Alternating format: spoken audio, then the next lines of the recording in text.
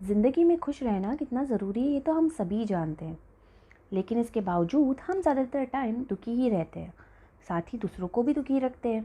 क्योंकि जब हम खुद ही खुश नहीं होंगे तो हम दूसरों को खुशियाँ कैसे दे सकते हैं। आज की ये मोटिवेशनल कहानी आपको खुश रहना और साथ ही दूसरों को भी खुश रखना सिखाएगी।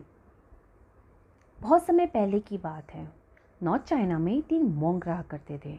उनका नाम किसी को नहीं पता था, क्योंकि उन्होंने कभी अपने बारे में किसी को कुछ नहीं बताया। चीन में आज भी उन्हें बस 3 हंसते हुए मॉन्क के नाम से जाना जाता है। वे तीनों मॉन्क हमेशा एक साथ रहते थे और गांव गांव घुमा करते थे।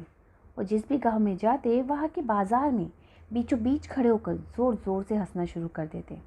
उनकी हंसी को देखकर लोगों का ध्यान उनकी तरफ खींचा चला आता और धीरे धीरे उनकी चारों तरफ एक बड़ी भीड़ इकट्ठा हो जाती।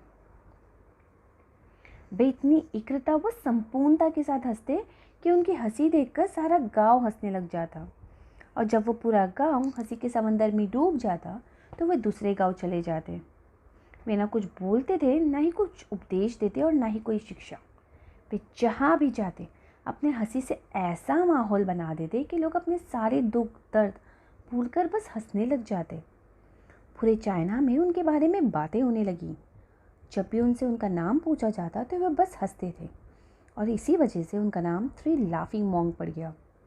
वो मॉन्क इस तरह से हंसते थे जैसे कि उन्होंने संसार की खुशी को या भगवान के मजाक को समझ लिया हो, और उन्होंने सिर्फ अपनी हंसी से पूरा चाइना में इतना आनंद फैलाया जितना आज से पहले कोई नहीं फैला पाया। पूरे चाइना में घूम घूम कर लोगों को हंसाते हुए समय के साथ वे तीनों बूढ़े हो गए।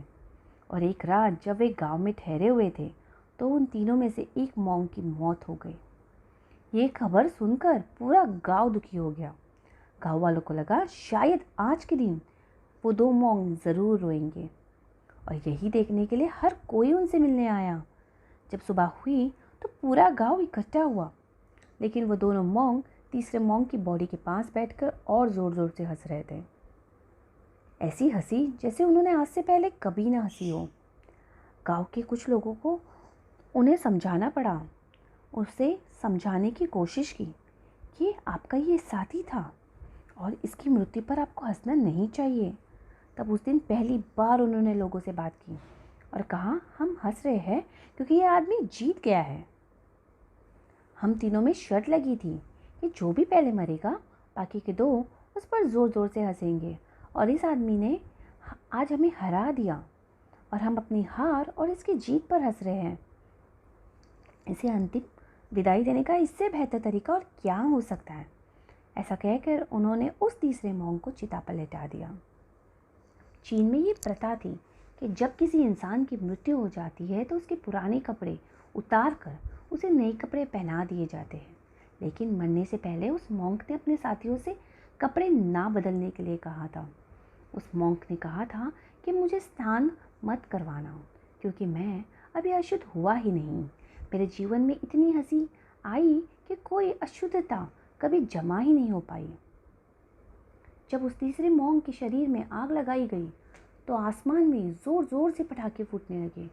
उस मॉन्क ने अपने कपड़ों के अंदर ढेर सारे पटाखे छुपा रखे थे।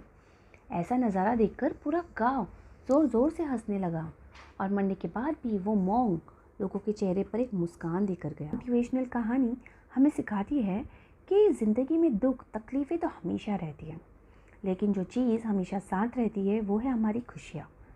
खुश रहने या फिर हंसने के लिए किसी वजह की तलाश नहीं होनी चाहिए। छोटी छोटी चीज़ों में खुद को दूसरों को खुशी देने की मन में इच्छा होनी चाहिए।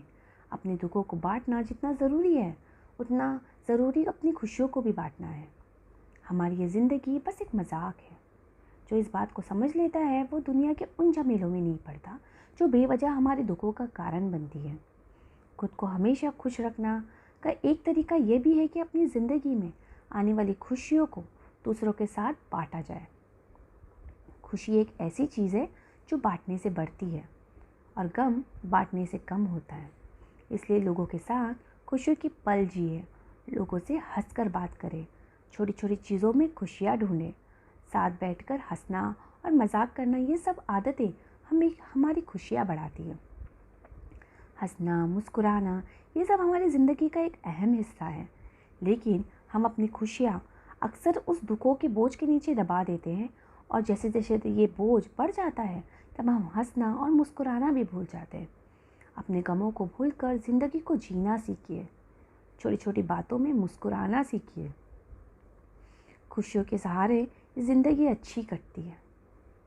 तो गाइस, ज़िंदगी में सुख की तलाश करो, हंसो और खुशियाँ बांटो। दुख तो ज़िंदगी का हिस्सा है, वो तो ना चाहकर भी आएगा।